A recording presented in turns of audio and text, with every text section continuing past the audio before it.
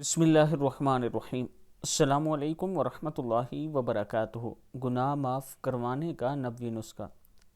حضرت سعد بن ابی وقاص رضی اللہ تعالیٰ عنہ نے حضرت محمد صلی اللہ علیہ وآلہ وسلم کا یہ ارشاد نقل فرمایا کہ مؤذن کے اذان سن کر جس نے یہ کلمات کہے، اشہد ان لا الہ الا اللہ وحدہ لا شریک لہ وان محمدا عبدہ ورسولہ، رضیت باللہ ربا وبمحمد رسولا وبالاسلام دینا۔ میں اس بات کی گواہی دیتا ہوں کہ اللہ کے سوا کوئی معبود نہیں، اللہ تعالیٰ اکیلا ہے، اس کا کوئی شریک نہیں، اور حضرت محمد صلی اللہ علیہ وآلہ وسلم اللہ کے بندے اور رسول ہیں۔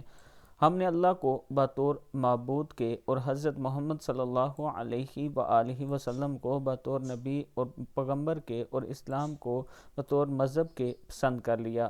صدق اللہ العظیم۔ اللہ تعالی ہم سب کو بھی یہ عمل کرنے کی توفیق دے۔